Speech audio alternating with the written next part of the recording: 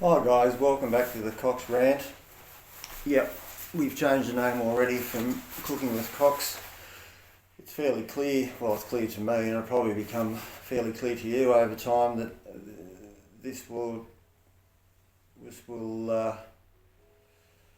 not just stay on a rant about cooking, but at present that is the going to be the process. I don't think that's the description of it, but we'll run with that. God, he went on about that. Yeah. So, cooking with eggs, part 2. We're going to discuss cooking with omelettes next. There's a lot of other things to discuss about eggs, so this could be quite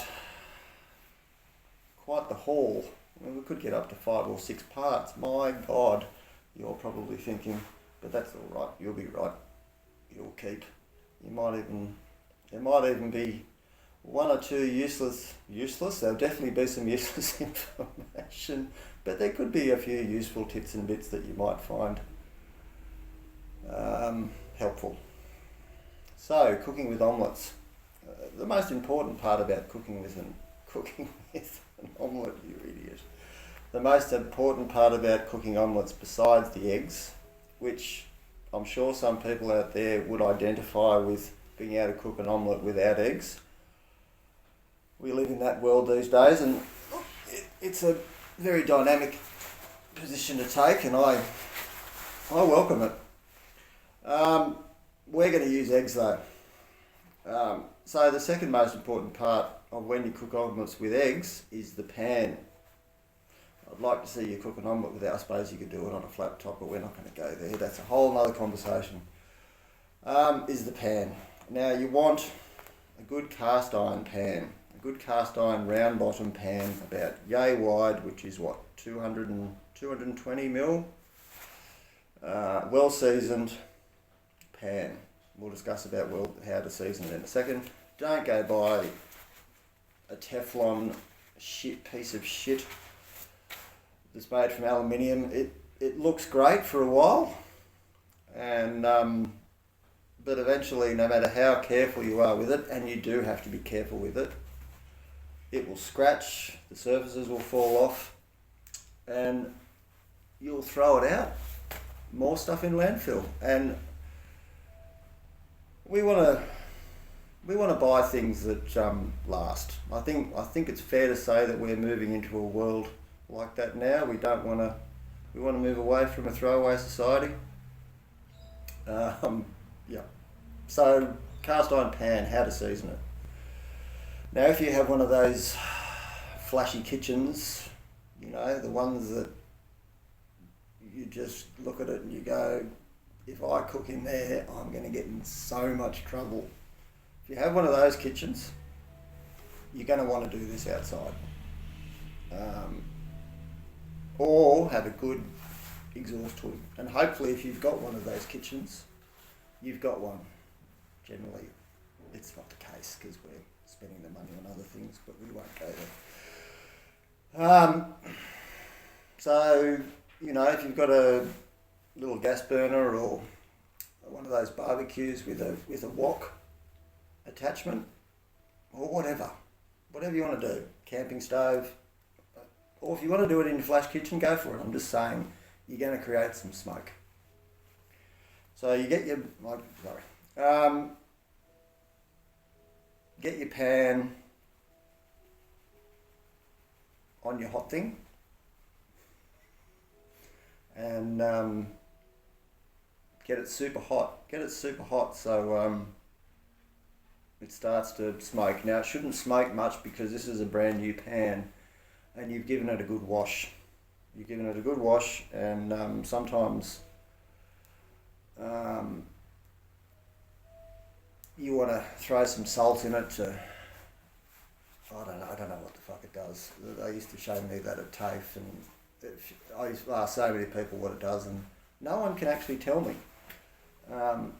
But that was a long time ago, and I just came to the conclusion the best thing to do is just give it a good wash. Alright, when you get a new cast iron pan, give it a good wash, and then get it really, really hot, either in your flash kitchen, or if you don't have a flash kitchen, this is taking a long time, I'm sorry. Get it really hot, and then you want to pour some oil in it. Swirl that oil around, and you'll see that it'll all start to smoke, and this is where it can get a bit smoky. And you'll see that that'll slowly over time make a coating on your lovely new cast iron pan. So now the pan is got a coating of oil on it.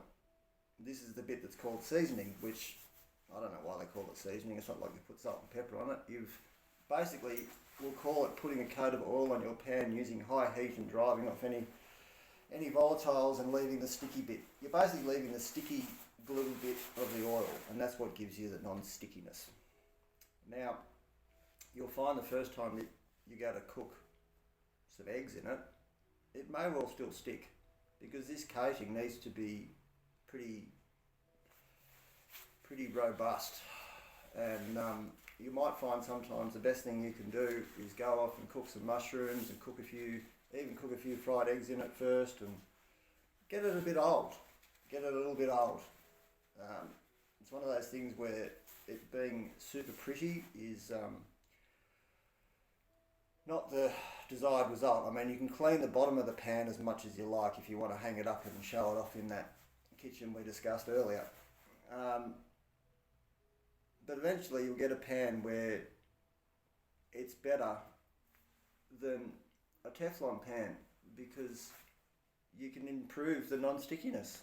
With a Teflon pan, once it's gone, it's gone, and that's just in more landfill to continue our complete destruction of that. Don't start that, Dave. Right, so we've got our pan. The next thing we want is some fresh eggs. Remember those bum eggs I was discussing? That's what we want. Generally, 3 eggs is the go. And you want a grill. If you've got one of those grills that you've got in your stove, they're great too. So you get your eggs, a little bit of thickened cream, if you identify that way, is fine. I don't know, 50 mils of cream, 30 mils of cream, somewhere there. Throw that in, whisk it up.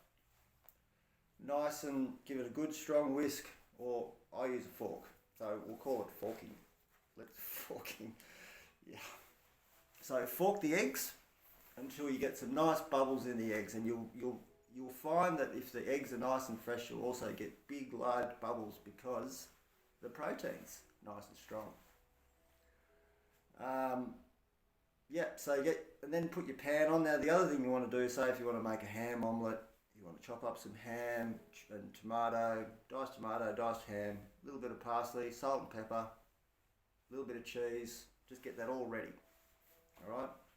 All you organised people would have already known that. I'm just discussing that and telling people like my brothers and sisters and everyone in the middle, you need to have that ready too. All right? Because this is quick.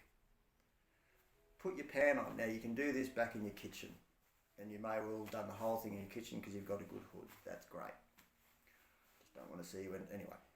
We won't keep going on that way. Get your pan on the stove. Not stupid hot, but pretty hot. You want to put some oil in there, bit of olive oil. It really doesn't matter. You can use whatever, vegetable oil, any of those oils. I mean, I know there's this spectrum of oils now, but it really doesn't matter. But olive oil's good. Problem with olive oil is it burns. So just a nice vegetable oil is fine. So get that so the oil is boiling, and you'll see that if the oil's boiling, that will give you a good indication that the pan is well sealed, seasoned, whatever you want to call it. So when you get to that boiling point, pour your eggs in. Now have your fork ready in your right hand or your left hand, depending on what you are. Most people are like this, but I'm like this. And pour your eggs in, and then you want to get your fork.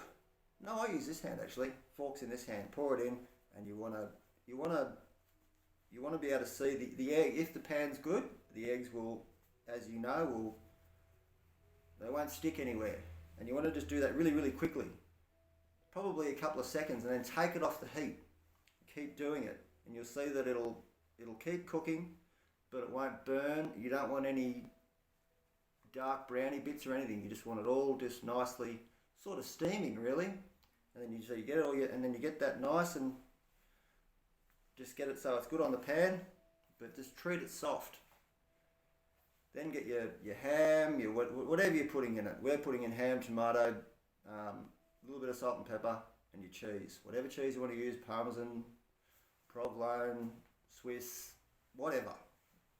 Doesn't matter. And then put that in your grill. Now if you haven't got a grill, you can use a lid. So you put this in the grill. Now at this point, you want some good sourdough. Who doesn't like some good sourdough? You got that, obviously got that going. Now just watch your omelette. You just need to keep an eye on it. This doesn't take long. It might take 40 seconds, 50 seconds, a minute. I don't know, I've never timed it. But you just want the cheese to just melt enough. You don't want to have it in there so the whole thing blows up like a... Yeah, I was going to say something then, but it'll probably get me in trouble. Yeah,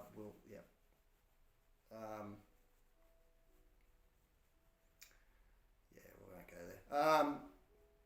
So it doesn't all blow up, because when it all blows up like that in a massive way, it means you're overcooking the eggs, and you lose that softness. They just turn into more of a rubber consistency, and that sucks. You've got all this trouble. The chooks have made the eggs. You've got the pan ready. You've got all these beautiful things to go. You've got this beautiful kitchen. You've got all these things, and you get the fucking eggs and you overcook them. No, it's a bad idea. So no overly puffy. You pull them out, all right, and then you get your fork, and you turn that omelette over on itself. Now you should find, if you've done this properly, there'll be absolutely no colour, just the egg colour, nice yellow, beautiful colour. And then you can fold up the little sides over the top so the whole thing's a little sealed package. And then you get the pan and your plate, and you just get the fork and you just tip it over into it. Get your sourdough, put it on, yum. Throw some parsley on it. You could have thrown the parsley on the inside, didn't mention that, sorry about that, but you can put that part. You don't even have to have the parsley. Maybe you've got spinach in there, kale. I don't really like kale, but you could put. You can whatever. What's important here is that you've done those processes with the eggs, and you've used a good cast iron pan. And the good thing about the cast iron pan is that you can make 1,000 omelettes, and you'll keep that pan for the rest of your life. Cast iron pans are awesome. All right, thanks guys. That was omelette cooking with the Cox Rant.